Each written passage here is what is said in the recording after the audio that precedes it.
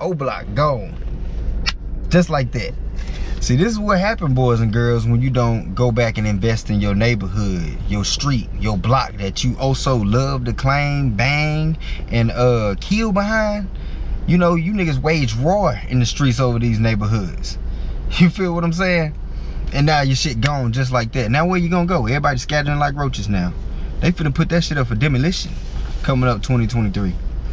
So now you finna see a disbursement of people being displaced, so to speak. And a whole bunch of black people gonna be talking about, oh, this gentrification, oh, this they do. Why they do that? Why this? Why that? First off, I really don't even look at this as part of gentrification, because I'm looking at a person that was an owner that's basically just simply selling the property to somebody else, and whoever they sell it to, they can do whatever they want to do because they own it now. And they're basically looking at it and saying, okay, O Block is a tourist attraction now, but also this shit is a thorn in our ass in Chicago. They killing over here daily. They shooting over here daily. They robbing over here daily. Everything of the above. So these niggas got to get rid of that shit. You didn't expect that it was going to come a day where there was going to be an end of an O Block. It's going to come a day where it's going to be an end of your hood too. And my thing is, a lot of people say, oh, well, you know, they're setting this up for gentrification. Set this up for gentrification. Well, how do gentrification comes into place in the first place? The environment of the neighborhood. These people aren't putting drugs in our neighborhood. These people ain't putting guns in our neighborhood. These people ain't robbing each other in our neighborhood. They're not forcing us to go out here and take from each other. They're not. We are doing this. We out here throwing trash everywhere in the neighborhood. It look like a damn garbage truck turned over in that bitch. They're not doing this to our neighborhoods. We doing it. The people of the neighborhoods cause gentrification. The property value goes down when y'all niggas shooting and terrorizing the neighborhood every day and night. The property value goes down when you're not paying your property taxes. Property taxes is what plagues our neighborhoods into poverty. Property taxes pay the police to get there when niggas get shot. Property taxes pay your police to keep your students, your kids, to teach them property, of having the best education that they could possibly get. Property taxes pay the hospitals, keep the lights on in the schools, in the businesses, in the fire departments, in the police departments. Property taxes make up for the potholes in the neighborhoods, the vacant buildings, all of the above, school lunches for the kids.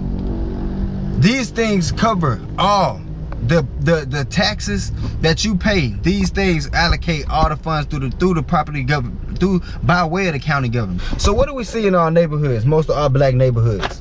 Potholes, vacant houses, crack houses, foreclosed homes, delinquent properties. All of them value under $500. Some of them they're giving away for $1 because don't nobody want it. And the area is so bad that it's not possible that you could ever want to put a tenant in any of these homes or build a home there, because there's so much poverty and crime that plagues the neighborhood. We're gonna talk tax liens, investing in tax liens, delinquent properties, foreclosed homes, the process of buying back your neighborhood. Property taxes help maintain the social or infrastructure level of the society in the area. So do y'all think it's coincidental every time you pass a crack house, you not too long ago ran over a pothole?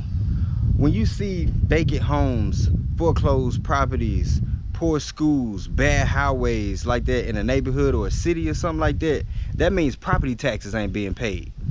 So bad highways, potholes, poor schools, vacant buildings, empty buildings are all in connection to property taxes, right? So we see that property taxes are pretty important, right? When it comes to our city and our neighborhoods. So that's what a lien is. Y'all remember when we was in math class around middle school when they was teaching us that every number really has a decimal at the end of it, but we just don't see it? The tax lien takes priority over any claim or any person's property that has an encumbrance. And an encumbrance meaning that something that's withholding or stopping the people from making money off of the property. And the encumbrance is in relation to the integer, well, not the integer, but the decimal that you can't see in math. They say in mathematics every decimal has an integer at the end of it, but we just don't show it. But if in any event the number is fractionalized, that makes the zero relevant. Likewise with a lien. A lien is affixed to every property However, it doesn't come onto the radar until someone goes delinquent into property taxes, just like the imaginary decimal. Now there is an encumbrance that doesn't appreciate the property. Okay, now that we got an understanding of what property taxes are, what property taxes pay for, what they do, and we know what tax liens are, now we can really get to the bag talk and start talking about how we can invest in property taxes, invest in tax liens, make money off of property taxes and in tax liens, and also empower our community at the same time. I don't know if y'all hip to this game or not, but you know, you can pay people's property taxes or what they don't owe and actually make money off of what you paid in to what they didn't pay, and make 2 to 5 times over, or get the property in return in some cases. Let me ask y'all something. So what if you were putting your money into a bank, and in the midst of you putting your money into the bank, let's say you deposit $1,000, and for every $1,000 that you deposit, they give you $270. Would you take it? Would anybody give you $270 just for depositing $1,000 to save? What if you could use that same money and put it into an account to make more money over time? The most traditional way, most niggas will say, oh, well, you can go get you a CD account. Nigga, CD account ain't gonna, which is a certificate of deposit. They're only not gonna give you nothing more than 6% of interest off of your money. So you making what, $15 extra off of your money? And then they're gonna prematurely tax you for taking your money out because they're actually using that to invest. The certificate is the actual investment. With the 6% that they're giving you with the certificate deposit of that account, you have to realize, nigga, where in the fuck is the other 94% being invested into? They're using that other 94%. I was telling y'all about anything that is a certificate, it denotes value behind it. Marriage license certificate, birth certificate, death certificate, they're getting paid off of it. That's why you need to watch my last video and learn how you need to invest in that. And that's another conversation. It used to be like, well, I don't want to pay taxes. I want to be tax exempt. Now I take on the burden of paying other people's taxes and making money off of it. So let me put y'all on some little game.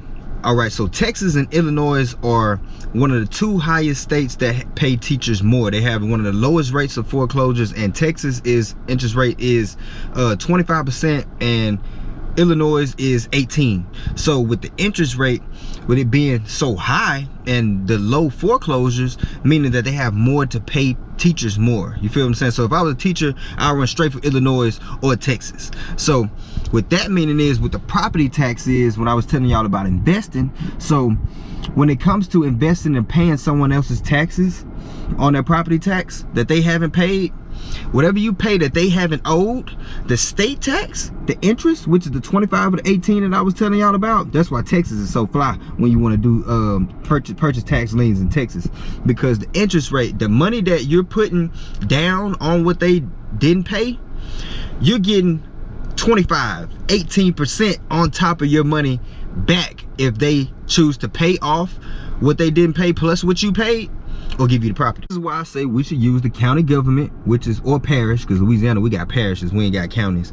But this is why we should use them as a bank, because they're not only gonna give you 16 to 25% on top of your money, they're gonna hit up the owner of the property and hit them what they call surcharges. And guess what all them surcharges go to? You.